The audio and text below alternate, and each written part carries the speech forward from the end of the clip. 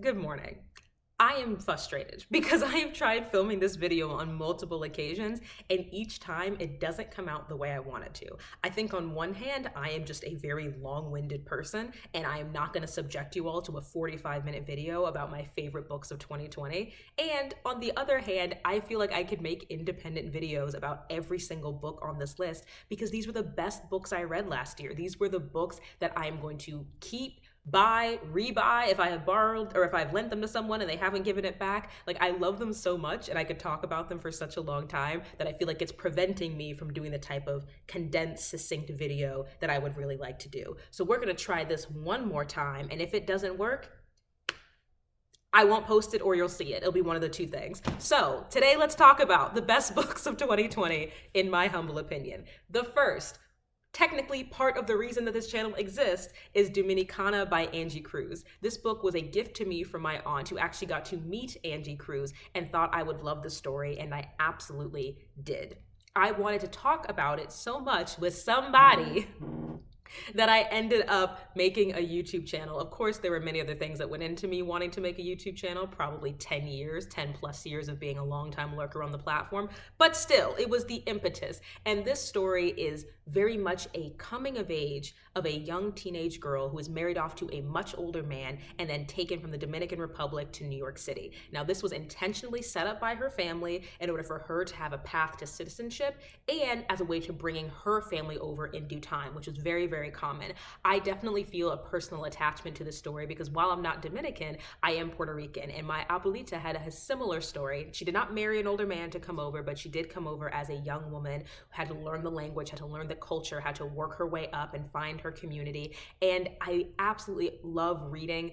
I guess it isn't historical fiction if it's set in the 60s. I mean, it was many years ago, but reading about New York City in the past as someone who has a lot of family there and has gone very often to visit. So I feel like I get to kind of, through this fictional narrative, experience the New York City of my parents and my abuelita and my titis and all of these things.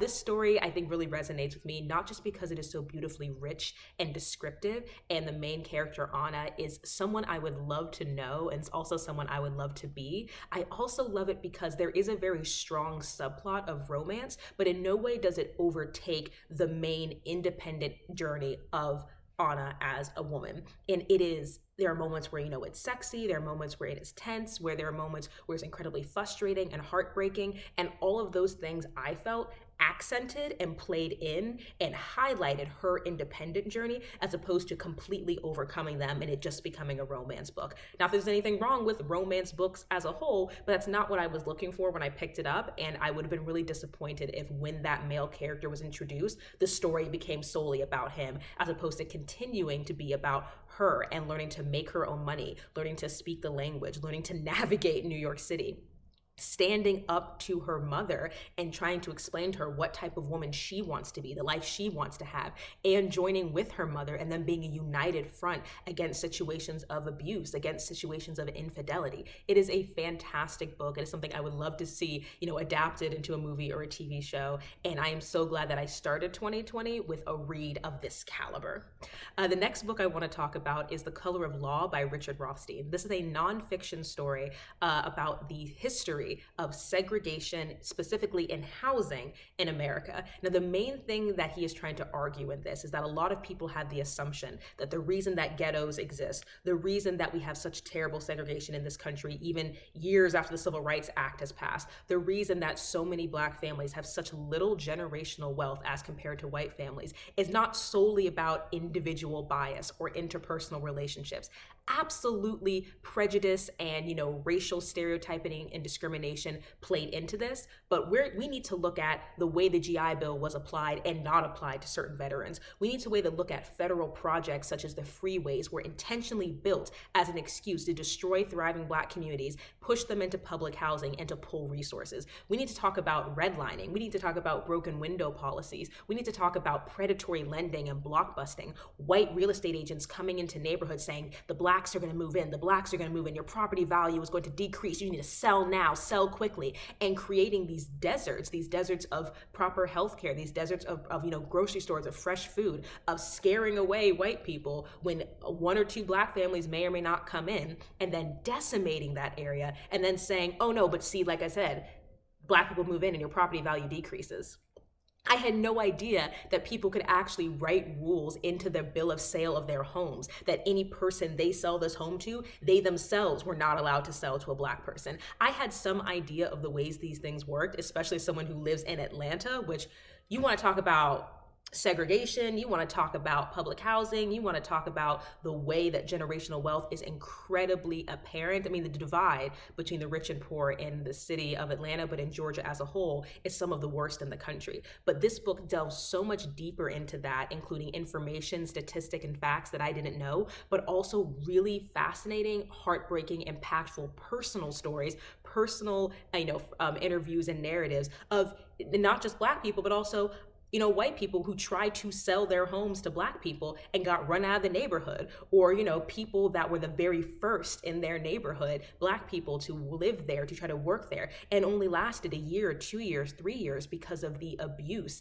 and the violence and, the hurling, the insult, harassing children on the way to school. There were people who were brave enough to be the first to try to move into these neighborhoods and then were run out again because of out of fear of safety for them and their families. If you were only going to read like 10 books about the history of race in America, specifically between the black and white communities, I would absolutely put this book on the list because it so succinctly and cleanly breaks down all of the interconnecting agencies and laws and policies that, working in tandem with personal racial bias, created the system that we have today. It is definitely one of the best books that I read in 2020.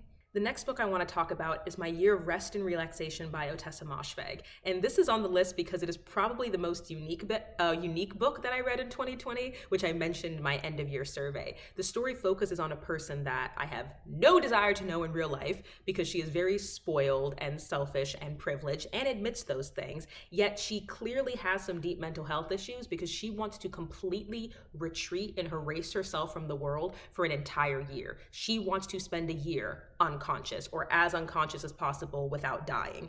And she interacts with a whole host of very unique, interesting, equally despicable, I would say, characters in New York City, such as her unethical psychiatrist, her really shady, jealous friends, various, highfalutin, pretentious art types who look at her and want to make her part of their art projects. It is so fascinating because it's like watching a car crash happen in front of you, because so many times you want to help her, but you also want to see what she does next. And you also, at least I found myself enjoying kind of peeling back the layers and learning more about who she was and kind of how she came to be, while also understanding, because you can tell from the first chapter, she is a very unreliable narrator. So having that kind of back and forth of, oh wow, I had no idea this happened to you, maybe this ties into how you're feeling now, but did it actually happen to you, or did it actually happen to you the way that you say? Because you said this in chapter 3, but then based on this conversation in chapter 7, it's clear that you were lying about that. So what is going on?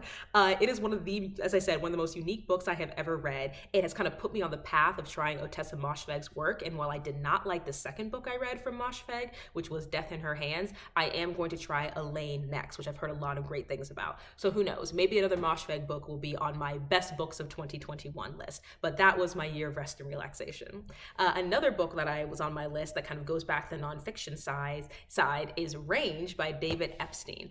I love this book so much. It was recommended to me by my dad, and he said is one of his favorite books that he's read in recent years, about the way that specialization is not always the best course of action. But in our current culture and society, that is what we emphasize. We emphasize specializing down to like the tiny minutia of a specific field. And while that is incredibly helpful for certain things, when everyone's a specialist and nobody has the skills to look across multiple disciplines and see connections, when very few people have the skills to realize that things they learned in one field applied to another field, and that can lead to more creation, more growth, more innovation. When we look at stories of people like Tiger Woods, when we look at chess champions, when we look at people who really take the 10,000 hour rule, and I read Outliers by Malcolm Gladwell and I loved it, but this idea that you need 10,000 hours of specific, deliberate focus with constant feedback to course correct in order to be a master at anything, we are really limiting ourselves, because there are many different different types of masters, many different ways to excel and be successful. And in many cases, unfortunately, these cases are not as popularized as the specialized folks. These people intentionally were giving themselves time to explore and play and experiment.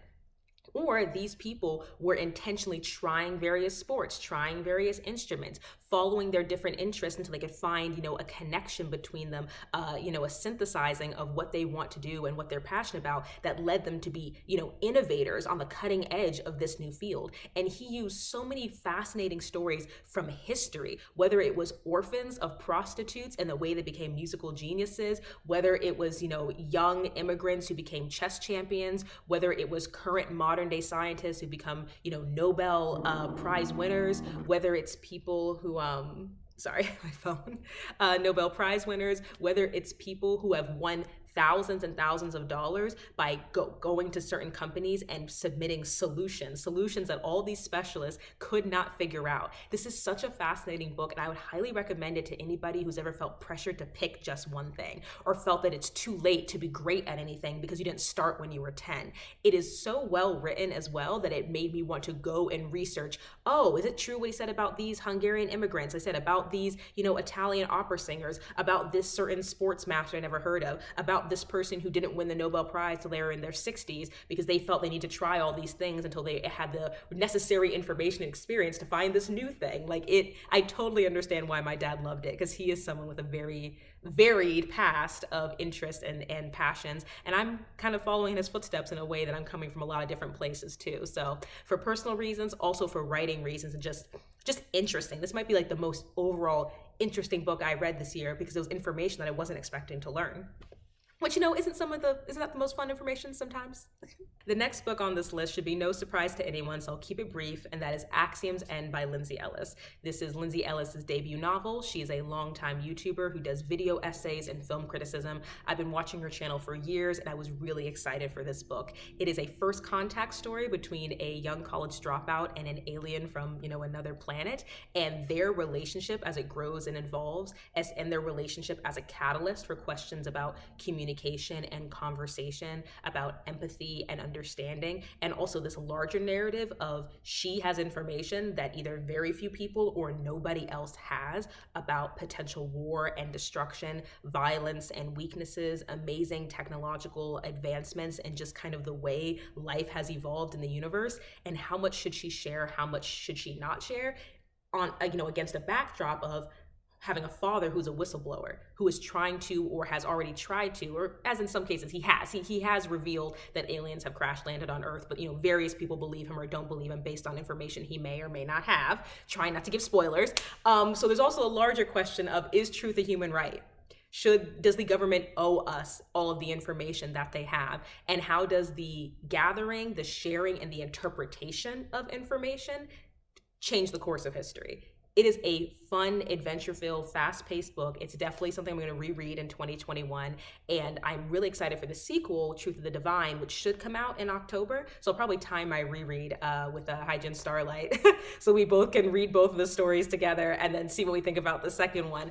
But I would recommend this if you're someone who is kind of getting into science fiction, because I bought it specifically because I was interested in the author, not because I'm a huge science fiction person, and ended up really, really loving it, and then subsequently reading way more science fiction in 2020, which I'll talk about. But it's such a fun book. It is really, really fun, and I don't think that you need to be familiar with Lindsay's work as a video essayist or as a YouTuber in order to enjoy it. I know that set me apart from some people who, didn't think it was that strong and thought, it was only good for people who liked her already, but I just wouldn't have talked about it if I didn't like it. I fully admit I just would have put it on my shelf and unhauled it quietly, but I genuinely loved it. And I do think that experience was probably heightened by being able to hear her voice as she in the text and able to pick out certain jokes. But I would wholeheartedly recommend it, as I said, even for folks who aren't big sci-fi fans. The next book on my list is Unapologetic, a Black, Queer, and Feminist Mandate for Radical Movements by Charlene Carruthers.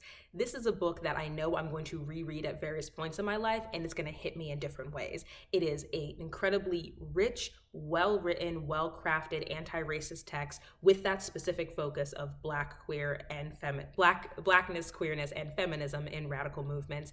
And what I felt I got from it most the first time reading it, because there will be others, is the idea that we need everyone in the movement, even people who have different skills. There can be such an emphasis, I feel, on the people on the front lines with the bullhorn, people getting arrested by the police, people out on the streets, and we need that. We in no way should we ever devalue that. But there are also people who work in all different areas of anti-racism who have various skills, various places where they're uniquely suited to lead or to learn or to assist. And this book also challenged me in the fact that I did not realize how focused historical revolutions and current uprisings have been in the telling of the stories, not what actually happened, because what actually happened has always had women, has always had trans folks, has always had queer folks, but in the way we tell the stories, they've been so focused on the cisgender men. They've been so focused on the idea of the one central charismatic leader at the front. They have also been incredibly focused on Christianity. And while Christianity has absolutely played a major role in many movements,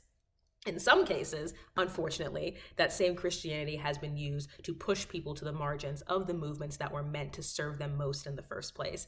I believe this is her first novel that she's written, her first book that she's written, and she has such a strong, clear, consistent voice. I would not recommend it to you if you were looking for a racism 101, hold my hand and explain to me why Black people have feelings type of book. She's not writing for that. She's not writing for people who have to do the foundations, the basic blocks of being, empathetic toward other human beings and having some understanding of the way racism works. But if you're further on your journey, I would highly recommend it. And especially if you are a Black person who works in anti-racism and equality and equity spaces, I would recommend it because I learned so much about the community organizing side. I learned so much about the Black Youth Project 100, which is an organization that she co-founded. I feel like I have a much better understanding and appreciation for different types of anti-racism work that other people do, while also having a whole list of figures and books and concepts to go and research afterwards, to go learn from other cultures, other communities, other times in history that we either don't talk about as much,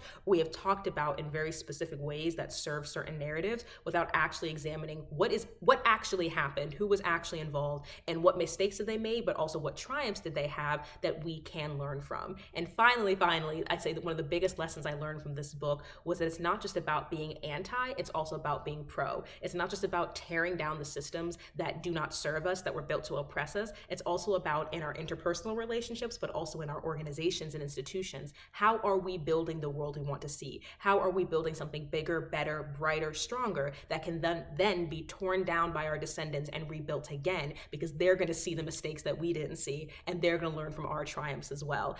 I love this book. I would highly recommend it. And I'm so glad that I read it this year, especially because I felt like it was even more impactful amidst everything that was going on during the racial uprising and during all the protests with Breonna Taylor and George Floyd and Tony McDade and unfortunately, all the people who do not receive as much coverage, although their lives are worth equally as much. The next book on the list is The Outsiders by Essie Hinton, which is a young adult fiction coming-of-age novel set in the 1950s in which the main character, Ponyboy Curtis, is a greaser. He's from the poor side of town, he's raised by his brothers, and he and his friends are in constant social conflict with the socials, who are the upper-class, elite, wealthy students from the other side of town. Some of the strongest elements of this piece to me are the way that, since the main character is a teenager, the prose is more simple and straightforward, but you can tell he's a very smart, sensitive, empathetic kid. And even as an adult, I felt that some of the ways that he handled conflict and situations with people who were actively trying to hurt him, in some places kill him, the ways in which questions of what makes a good person and what makes a bad person, and what does the sunset look like on your side of town, I just have I can see so many scenes in my mind that I want to watch.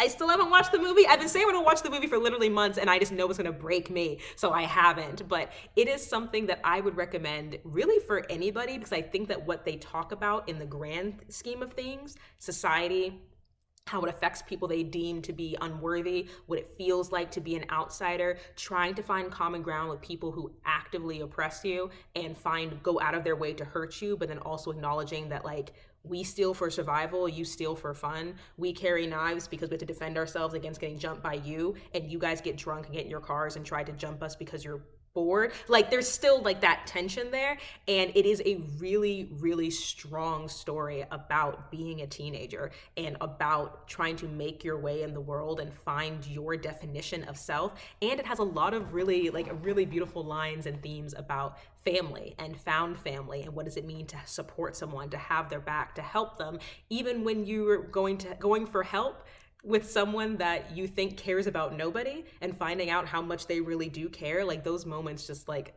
they really, really hit me.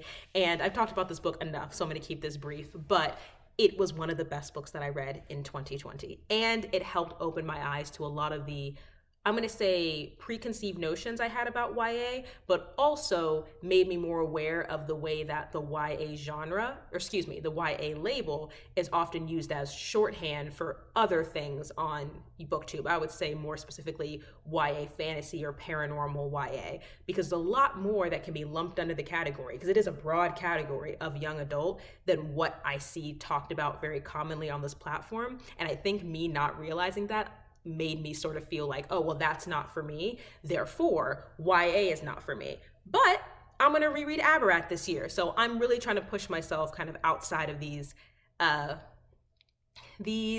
not as useful as perhaps they once were definitions of genre. And the next two books that are definitely on this list of best books of the year for me are both by Octavia Estelle Butler. And the first is Parable of the Sower, and the second is Kindred.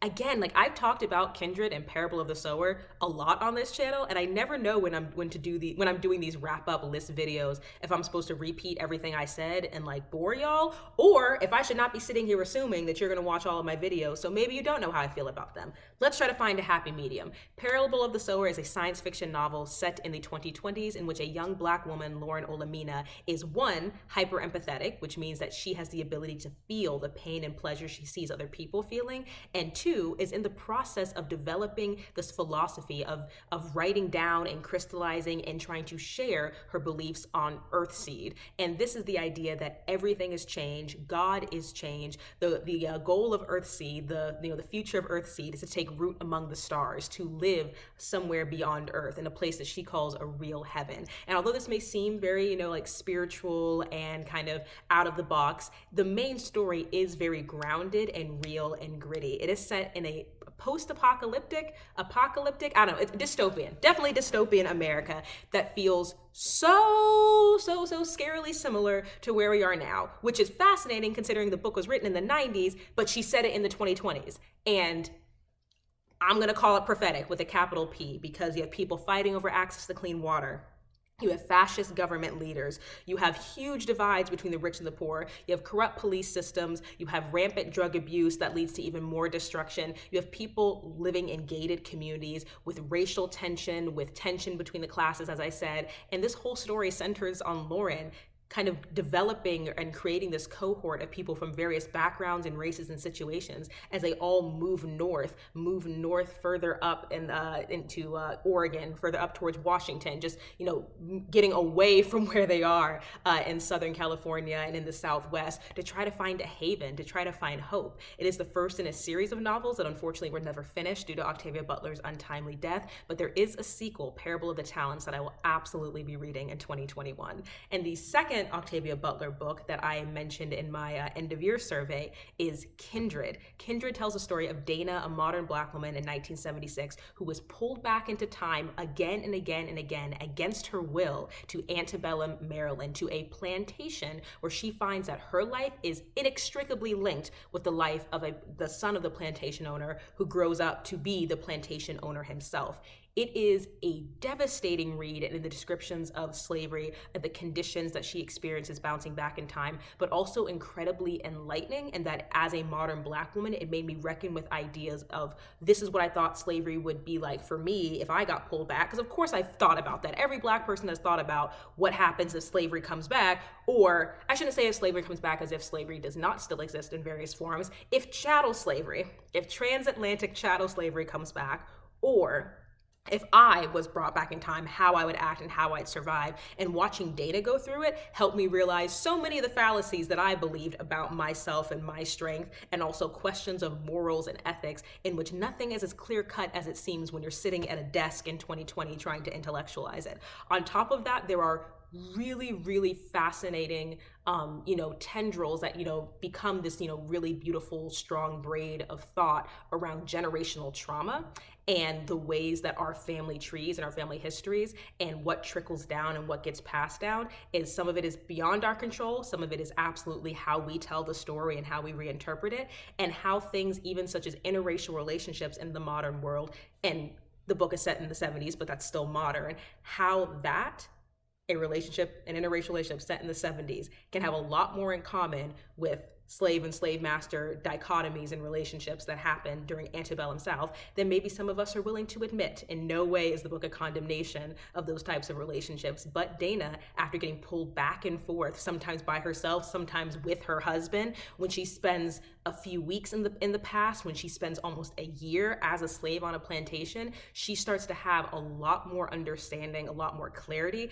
and some very unfortunate revelations about the power dynamics within her own relationship when she's been in that time period for so long, both with and without her husband. One day I will probably do a full review, a full video on Kindred, but frankly, I don't think I'm ready yet. I think I need to read it again. I think I need more time to process it. It's not only one of the best books I read in 2020, it is probably one of the best books I have ever read, hands down, in how it made me feel, how it made me think, just the experience of feeling like I couldn't read it fast enough. But when I make that video, when I make it, it needs to be precise, and I don't feel like I can be precise yet, so that's just going to be on the back burner for a while.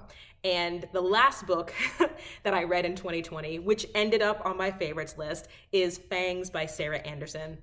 This book is a really sweet gothic romance story between a vampire named Elsie and a werewolf named Jimmy. The author and creator, illustrator is Sarah Anderson. I have her other 3 books, which were written in a completely different style. They were standalone comics, much more focused on millennial life and being a 20-something woman and, dealing with, celebrities dying in a year, dealing with walking in heels, just dealing with all of these just kind of everyday life stuff in a very comedic, relatable way. The story of Jimmy and Elsie is also very comedic and relatable as someone who is in their 20s and has an adult relationship. I mean, Elsie is several hundred years old, but her body is in her 20s, which is the important part. But it is such a fun, specific book. There are so many, cute little references and callbacks to certain horror lore and mythological stories that I love, such as Silver and Sunlight and, the Blood Moon, and the way that two people who have varying let's say appetites and eating preferences or dietary decisions, how they can kind of learn to work together and live together. And it's just really, really sweet. I would highly recommend it. It's a quick read. It's something I'll definitely reread every time I'm in the spooky season because it's very relatable, but it's also very funny. And I like seeing her try a different illustration style. I really enjoyed some of the more mature jokes, some of the more mature moments that happen in their relationship. And if you're someone who likes that kind of story, I think it'll be totally up your alley. And that book I read, I want to say, like a day or two after Christmas, since, with everything happening with the Postal Service and certain political things that happened that have made their jobs more difficult, mail has been getting here really slow. So I technically got that book for Christmas, but didn't receive it till a few days later. Knocked it out in one cozy little 30-minute session on the couch. And it was a great way to end the year because it's also a book that I have wanted for a long time. I've wanted it as soon as I saw she was posting about it. So to have a book that you really were excited for live up to your expectations it is a perfect way to end a day, perfect way to end a reading year. So my clock says it has been 35 minutes, which is entirely too long. So if I can edit this down, you will see this video. If not, this has just been a fun reflection on some of the best books I read in 2020. This was, despite everything else that happened, an excellent reading year. So my hope is that 2021 is just as good or even better. Cannot wait to hear what some of your best books of 2020 were in the comments. And as always, I hope you have a good day.